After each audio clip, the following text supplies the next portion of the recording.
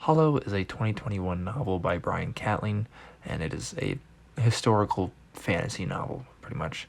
The story starts with a dog headed St. Christopher, which is ironic, actually, as I was just reading, um, about St. Christopher, actually, in the same day as I started this by the Old English version of that saint's tale that's actually in the same manuscript as Beowulf. But anyways, as an aside, thus the story starts with this strange pronouncement by the so-called oracle.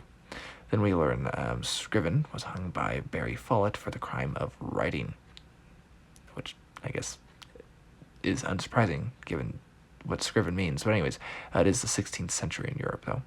Barry cleans his lance and hopes for guidance to the 7 pilgrims he leads. They're really mercenaries, and they're taking the oracle to the monastery of the Eastern Gate, the location of the Tower of Babel, Das Kakel. Some priest kind of put him on the job. It starts out odd, but explained in its oddity at East. Well, at least it's explained enough. Though the journey is obviously going to be weird, it's easy enough to read as well. Story moves swiftly. We learn of armies eternally fighting, whispering coming from a hole to a small cell in a wall, an angry mother, and animals that are somewhat human. Meg is a character out for revenge for her son. The whole dull Gret thing is a bit unsatisfying, but the mother bit is somewhat satisfying in the end. Dominic is a young monk in a spooky place.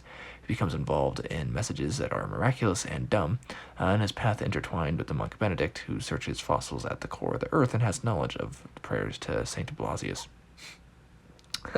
It's essentially a weird journey from 3 perspectives, though there are more. Some intertwine a lot, and it's like a kind of a Hieronymus Bosch painting becoming reality, and that is like part of the story as well. This is open, right? Bosch is mentioned. I'm sure some ways it reads kind of like an older work, but the language is rather easy to understand and quite beautifully written at times.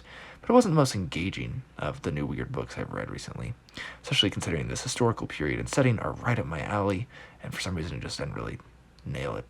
I think it's part of the distance of the characters and the arc of the plots. None of it's bad, just not a favorite. If you like the art of Bosch and Peter Bruegel the Elder, you might enjoy this horror book, kind of. It's kind of horror in that vein. The idea we get on language itself actually interested me. Followed not liking the, piss or shadow, that is the written word, and the woebegots aging in language, and names from eating old text and the connection to Babel itself. The name Scrivener, again, is ironic, and I can only remember, the treatment of such literacy and, something like Indrajit and Fixed Stories by D.J. Butler. And again, the joke there, too. There's also this poignant comment on perception itself. It made me giggle at times in an ending where it begins, and it's all very absurd and weird. Definitely a change of pace from most fantasy, so I can appreciate that, even though it's not a favorite, really. But I like what it's doing, or trying to do.